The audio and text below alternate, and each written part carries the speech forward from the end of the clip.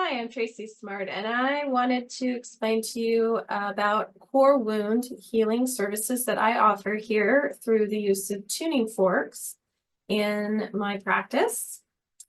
And first, I'd like to start with sharing what those core wounds are, kind of how we end up experiencing them through our life, and then what do I do here in the office, and I also can do this through an internet call as well, remotely, to use these forks to release these wounds throughout your experience through your body that's trapped there. You could say held within the DNA, activating through experience, activating through emotional feelings that you have or thoughts that you have. So I'm going to share my screen. And we're going to talk about these 6 core wounds of humanity. So the 6 core wounds of humanity are wounds that we come kind of pre-programmed with. They are not ones that we are really aware of. They're not things that we would say would be feeling like they're part of us. We experience them. In fact, we experience one that we come pre-programmed with that it's kind of like our wound to heal and help humanity heal through our healing of it. So let's talk about what those wounds are. So the first core wound is the wound of repression. And so this can show up in our life as we go through different experiences and relationships with people. We tend to try to fit in. We start to repress who we are. We stop sharing our feelings, or maybe we pretend we don't have any feelings. Maybe we start to change what we think or how we do things to fit in. And in a way, we're locking ourselves away, locking ourselves inside. So that's the wound of repression. The second core wound is the wound of self-denial. This wound is basically talking about us denying parts of ourselves that exist, kind of not being able to see our forest from our tree. And these are usually things that other people see within us very easily, kind of how we come across in life. But to us, they're more hidden. We don't really see these aspects. It's like we have blinders on, and we just are not aware of these tendencies within ourselves. Some people would say these are things that start to come out of our mouths that we don't even know we said. And we tend to not want to look at them because they are not usually very flattering aspects of ourselves. And we tend to find them and see them all out in our world and other people, and we have some definite opinions about them. But for us, we don't believe that we have these things. So that's the wound of self-denial. The core wound number 3 is of shame. And it's being made to feel either shameful of who we are, some decision we made or decisions we made, the actions that we take in life, or even our feelings. And it's basically there where we ultimately feel bad, or that we are bad. And shame keeps us locked inside as well, where we tend to not feel as confident within ourselves, not wanting to share who we are, keeping us kind of stuck in life, stuck in the past, reliving. Core wound number 4 is the wound of rejection. And this one's really felt for most people as that you're not good enough. No matter what you do, no matter what you try, it just isn't accepted well, or it isn't received well. You could say that these people maybe strive for perfection, or they're always trying to figure out what people want from them and give it to them. And they may seem as people who are a bit of a chameleon that just kind of show up however the moment is that someone else would feel comfortable. So that's what they do. They make everybody else try to be happy and comfortable at the self-sacrifice of their own wants, desires, happiness, and needs. The core wound number 5 of guilt. So this is being made to feel guilty feeling guilty about who you are, feelings you have, actions or decisions you've made. It is being blamed for the experience of others, or blaming ourselves for the experience that someone else has gone through, and maybe we blame ourselves for what they're feeling. The whole idea here with guilt is that we're stuck in a victim mentality, whether we're playing the victim or the people in our life are the victim, and they're blaming us as kind of like their perpetrator, you could say. So the wound of guilt locks us in a relationship pattern where there's no growth, there's no expansion. Again, it's just we're constantly looking in the past to relive all the things that we feel bad about, and we're looking towards the future to maybe try to avoid them, but we miss all the signs usually. The core wound number 6 of separation. This is about feeling separate from life, from others, from even ourselves. It is to feel utterly alone. And it's also not seeing where we fit in life in general and in our relationships. It's kind of like going through life feeling like you're the odd one out, like not the same as everyone else, and trying to figure out why you just don't fit like the square peg in the round hole. And it really goes to the deepest wound that we all have within us, which is our biggest fear is the fear of our individual death, or that we no longer will exist. And it really dates back to this core truth that we've been obscured from, is that we are connected to everything and everyone at all times through a web, a net, an invisible net that we can't see. And that there is no one cause or no one effect to any one thing. And that everything is interconnected and moving along together on a path that's set in motion. And we just need to trust. If we can trust in ourselves and trust in life, then there's no way we could ever feel separate. However, that's the lie, that we're alone. Okay. Now, we work on these through the use of tuning forks, and tuning forks are sound vibration, and sound vibration is a wave, and everything here in our world, including us, emits vibration. In fact, we emit many vibrations because we have many feelings, we have many different organs and thoughts, and all of those have vibrations.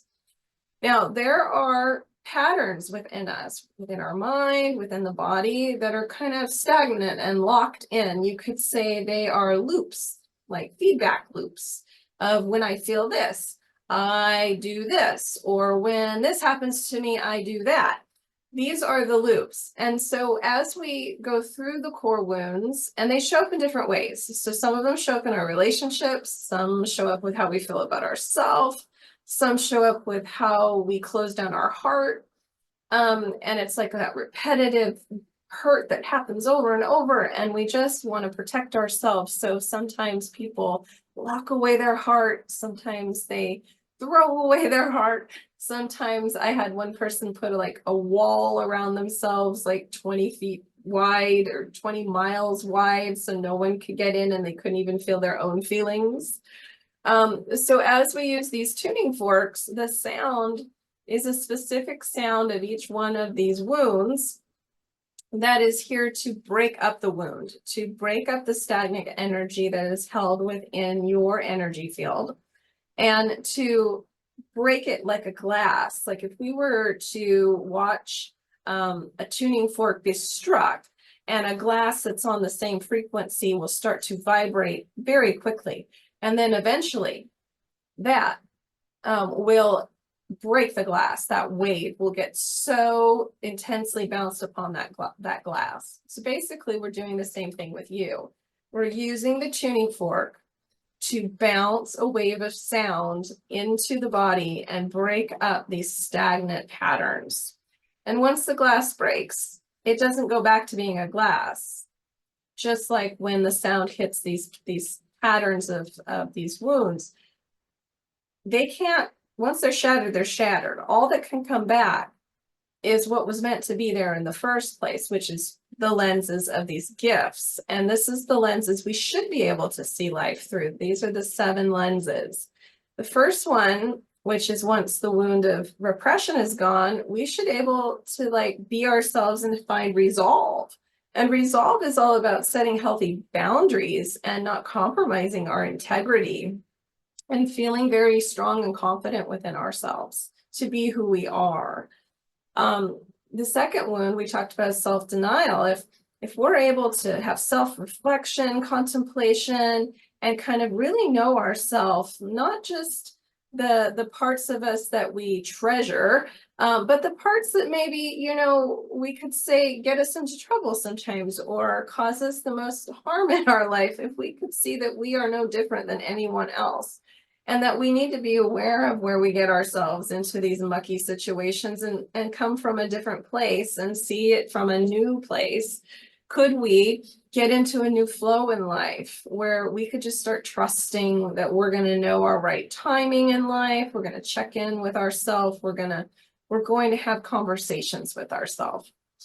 Number 3, once we heal the wound of shame, we get to a place of universal love and acceptance, meaning that love is truly observation free of judgment, that everyone is where they're at and nothing is right or wrong. No one is good or bad. They just are. And acceptance is saying, like, I'm not going to label you and I'm not going to try to make you feel bad. I'm just going to accept you are who you are, which is what I want. It doesn't mean that I have to experience everything you're experiencing. It doesn't mean that I have to live your life. That's where boundaries come in. But what it means is I'm not out there judging you. I'm not out there forming opinions and talking about you, undermining you. Okay. Number 4, when we heal the wound of rejection, we become the sharer. We can share our insight, our epiphanies. We want to tell our stories. We want people to know they're not alone. We are a community, a team. And number 5, healing the wound of guilt. We start to realize that we can lead ourselves. That's really the truth of standing in our confidence and our power. And we do that through giving understanding and forgiveness and being again, in that non-judgment, full acceptance of people. This state creates more harmony within the world instead of violence, war, and suffering. And number 6, when we heal the wound of separation, it allows us to be in a state of where we ask a lot of questions. The more questions we can ask to gain understanding, as that's inquiry. If doubts come in, that just means we need more information. We need new information. But generally, when we're feeling alone, it's not easy for us to go and have conversations with people and ask them why we feel like you're not in acceptance of me. But instead, when we're in a place where we feel part of a community, we feel part of life, we are more able to go out and have conversations, to ask questions, and even ask questions directly to our inner guidance and find our deep inner truths. And when we can do that, we can trust in that we are always protected and always guided. And we can live life in a very simplistic kind of way. We're surrendering that our mind is not in control of us. In fact, we're surrendering that there's a deeper knowing that exists lower within us in the solar plexus. It is this deep intuition that guides us. And if we can trust in it, it never steers us wrong. Which leads us to number 7, which is once we put them all together, we're living through a state of divine guidance. Meaning that I don't need to wake up and worry about anything as long as I am in my timing of life and I'm asking my questions and I'm checking in with myself. And I'm in a state to understand that there's more going on than just me, and able to perceive instead of through little mini binoculars looking far away off into the distance where I can't see anything around me. I actually begin to see that I have a 360-degree view of everything in my world from a very high perspective, and I can see people and things in a new light with some new compassion and understanding. And I don't take everything so personally. In fact, I'm a little more detached because I know who I am, and people's understanding of me doesn't change that. It doesn't affect who I know me to be and how I love me and I accept me and I am proud and so grateful to be me. So this is the kind of thing that we will work on within core wound healing. The way that I figure out which wounds we work on are twofold. One is through your Gene Keys chart, which tells us what your wounds are through each area of your life. And it also tells us which is the core wound that you're born with versus which is your karmic wound, which we'll talk about in another video. And then I also use a muscle test, which we ask which fork is the one that we're going to use in each session, and it changes because what I have found is we're all kind of like knotted up and everything's entangled, which all of life is entangled. So it would make sense that the wounds that we feel are very entangled based off of our experience. And time may feel linear to us, but in reality, in a way we can't understand it, it isn't. So it's all like intermingled and overlapped together. So we let you guide us as to what wound, which correlates to a specific fork, and we let your guidance guide me. I have learned that I am a translator of the sound. I can kind of hear where the sound is taking us as to what I need to bring to your awareness about what this area and this wound is about in your life. And I ask you a lot of questions that come into me to help you gain awareness of maybe something very, very deep inside that you didn't even realize you experience over and over and over, and you didn't know where it came from. And in that's great power. That just starts the release out of the mind. And even if that was all we were doing, if we were just talking, we could have a lot of change within how you feel. But the fork helps us move through things in a deeper way. And we just start scanning through your body and finding these stuck areas and asking questions. I provide a recording of the session for you, so you can go back and listen to it if that so is a way that you heal and helps you gain strength and hear things maybe you didn't hear the first time as we went through. And each session kind of builds upon the next. And each person's a little different as to how many wounds that I'm meant to help them with, and how many, layers are within each of those wounds. It's kind of a individual, personalized plan that we come up with. So I hope that explains some of the core wounds. And then I wanted to show you some of the forks. So I'm going to unshare my screen.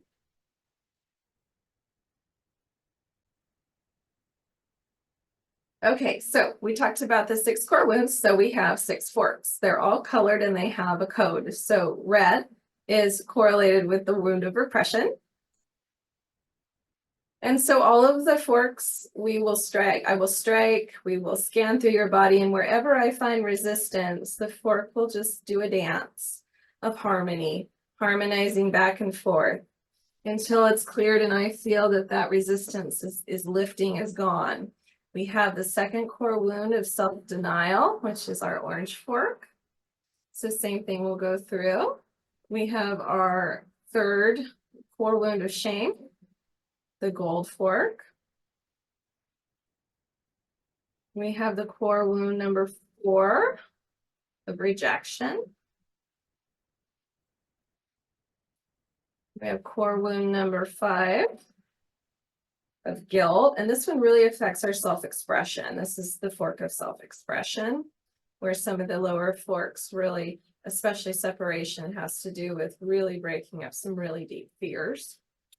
And we have our 6th core wound. I kind of call this the mind fork. And this is that one that's kind of like dispelling all the ways we find that we're separate, that we're different from everyone else, and actually embracing how we are unique. Because in life, we're not usually generally celebrated for being different, except we should be. So again, those are the 6 core wounds and the 7 lenses in which we should see ourselves and the world.